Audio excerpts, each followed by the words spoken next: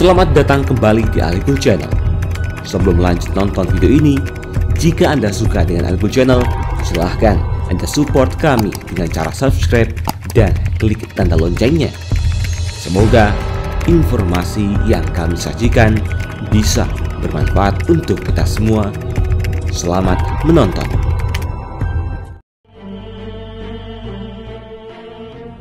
Misteri mengenai Jawa terbelah dua rasanya sudah tidak asing lagi bagi sebagian masyarakat yang tinggal di tanah Jawa. Menurut ramalan Jayabaya mengungkapkan bahwa kelak akan muncul gunung baru di Jawa Timur. Bahkan Gunung Slamet akan meletus dan Jawa terbelah menjadi dua. Diketahui Jayabaya adalah ramalan dalam tradisi Jawa yang salah satunya dipercaya ditulis oleh Prabu Jayabaya, Raja Kerajaan Kediri atau Kadiri. Ramalan Jayabaya menjadi salah satu ramalan yang menjadi perbincangan masyarakat di Indonesia. Bahkan beberapa orang mempercayai bahwasannya beberapa ramalan Jayabaya telah terbukti di negeri ini. Lantas, seperti apakah maksud mengenai Jawa terbelah itu sendiri? Dan bagaimanakah kaitannya dengan Gunung Slamet itu sendiri? Mari kita simak selengkapnya hanya di Alikul Channel.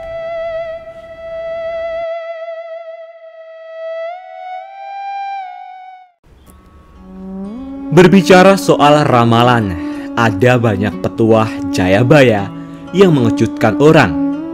Termasuk salah satunya yang paling mengerikan ialah Nugel Tanah Jawa Kaping Pindho, yang bisa diartikan sebagai mematahkan Jawa untuk yang kedua kali. Ramalan Jayabaya memang tak pernah sangat jelas, selalu dikemas dengan syair sehingga tafsirnya bisa berbeda-beda. Tapi yang satu itu menurut banyak orang cukup jelas artinya. Ramalan Jayabaya menjadi salah satu ramalan yang banyak diperbincangkan di masyarakat Jawa. Diketahui bahwa Jayabaya banyak mengisahkan ramalan masa depan yang akan menimpa Nusantara. Satu ramalan yang menjadi perbincangan itu adalah mengenai mitos Pulau Jawa yang akan terbelah. Sebelumnya, seperti yang sudah diketahui, jikalau kitab bernama Jangka Jayabaya bait ke-164, sang raja berucap, suatu saat Pulau Jawa akan terpotong menjadi dua. Dan ramalan tersebut dimaknai jika Pulau Jawa akan dilanda bencana besar yang memotong pulau menjadi dua bagian. Oleh karena itu, ramalan ini ditangkap sebagai tanda waspada bagi masyarakat yang berada di tengah Pulau Jawa. Namun, berdasarkan cerita, jika Gunung Slamet meletus, maka akan membuat parit besar selat yang menyatukan Laut Jawa dan Samudra Hindia.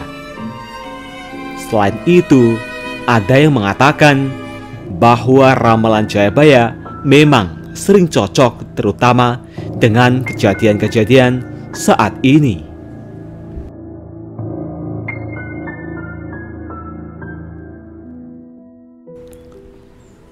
Gunung Slamet hingga sekarang masih menjadi kunci misteri ramalan Jayabaya.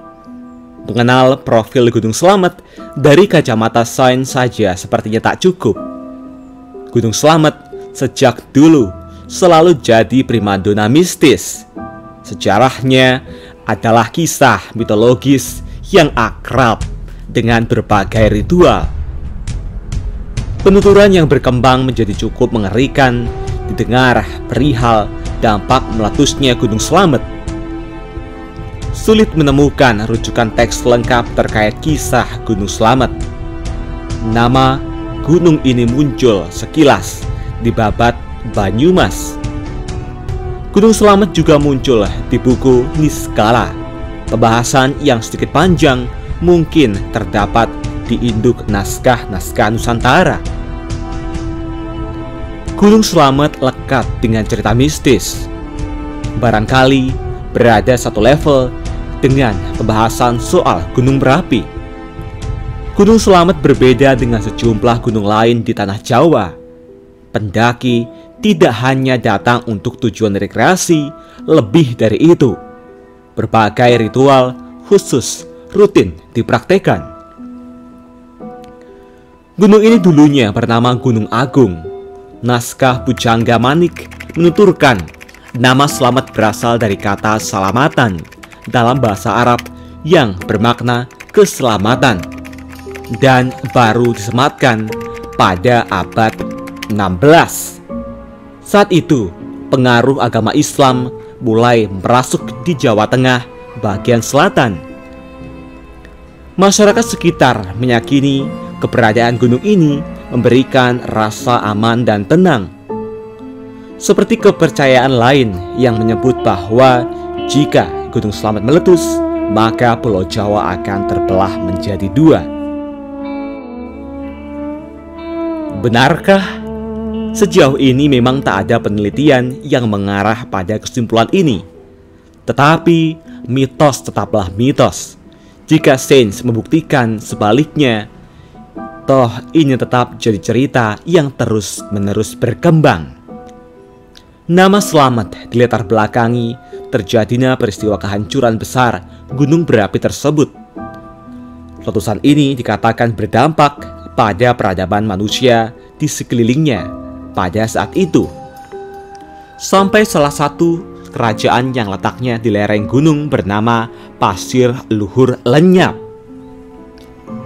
Letusan besar itu pula mungkin yang melahirkan mitos bahwa letusan Gunung Slamet selanjutnya bakal membelah Pulau Jawa. Meskipun ada pula yang memaknai secara simbolis.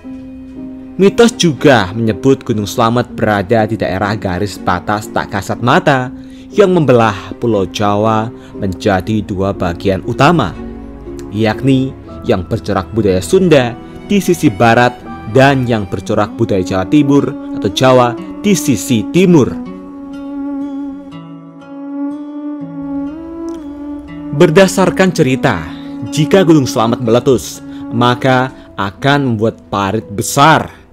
Namun, benarkah mitos tersebut? Entah ramalan atau mitos warga yang lebih dulu, namun kedua hal tersebut seolah menjadi tali temali satu sama lain. Bahwa Pulau Jawa akan terbelah dua dan Gunung Slamet adalah sumbunya. Jika dihubungkan dengan Gunung Krakatau, mitos tersebut bukan hal yang mustahil. Gunung Krakatau yang terletak di Selat Sunda meletus dahsyat pada 27 Agustus 1883 silam. Akibat letusan tersebut, terciptalah awan panas dan gelombang tsunami yang menyebabkan sekiranya 36.000 jiwa tewas. Konon suara yang ditimbulkan dari Krakatau terdengar sampai di Australia dan Pulau Rodrigues dekat Afrika. Para ahli menyebut daya Krakatau mencapai 30.000 kali bom atom yang diledakkan di Hiroshima dan Nagasaki. Para peneliti juga menyebut jauh sebelum letusan tahun 1883, Krakatau pernah meletus hebat dan membuat Pulau Jawa dan Sumatera terpisah. Lantas, bagaimana dengan Gunung Slamet itu sendiri? Ramalan Jayabaya mengenai terbelahnya Pulau Jawa dan Gunung Slamet merupakan sebuah peringatan untuk tetap waspada, dan ramalan tersebut bisa dijadikan contoh kita ke depannya seperti apa. Banyak yang mengatakan juga bahwa ramalan Jayabaya memang sering cocok, terutama dengan kejadian-kejadian saat ini. Berdasarkan pandangan Islam, ramalan seperti ini hanya sebagai pitutur agar manusia lebih berhati-hati dan lebih mendekatkan diri kepada Allah Subhanahu wa Ta'ala atau Tuhan Sang Maha Pencipta. Jika menilik kondisi geografis Indonesia, memang tidak dipungkiri Jawa mungkin benar-benar bisa terpisah jadi dua. Seperti yang kita belajari bahwa posisi negeri ini terletak di cincin api Pasifik, di mana sangat rentan terjadi letusan gunung berapi. Tentu, sudah banyak yang kita lihat sebagai bukti, ditambah dengan fakta-fakta gunung berapi tidak hanya meletus sekali. Entah kapan, mungkin akan ada masa di mana gunung-gunung aktif kita bereaksi, sehingga memicu ledakan yang luar biasa, sehingga pada akhirnya benar-benar memecah Jawa jadi dua. Tentu saja kita tidak berharap demikian. Hanya saja kita berbicara secara probabilitas atau kemungkinan. Hal tersebut memang mungkin terjadi melihat posisi Indonesia yang berada di tapal kuda.